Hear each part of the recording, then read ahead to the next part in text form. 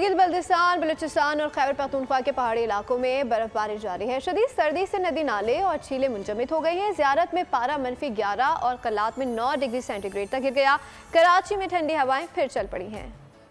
मुल्क भर में खून जमा देने वाली सर्दी, यकबस्ता हवाएं। गिलगित बल्तिस्तान के बालाई इलाकों में बारिश और बर्फबारी का सिलसिला वक्फे वक्फे से जारी। शदीद सर्दी से नदी नाले और झीलें जम गईं। बलूचिस्तान के पहाड़ी इलाकों में भी बारिश और बर्फबारी। ज़ियारत में पारा -11 डिग्री तक गिर गया। कल्लात शहर और गिरदनवा में दर्जा हरारत -9 डिग्री पर आ गया। रमन, मुस्लिम बाग, मस्तूंग और मुल्का इलाकों में बर्फबारी के बाद सर्द हवाएं।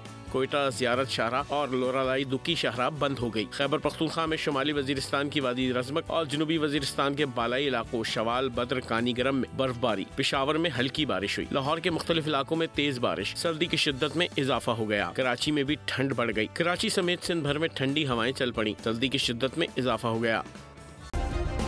सब्सक्राइब करें और बेल दबाएं ताकि कोई खबर रह न जाए।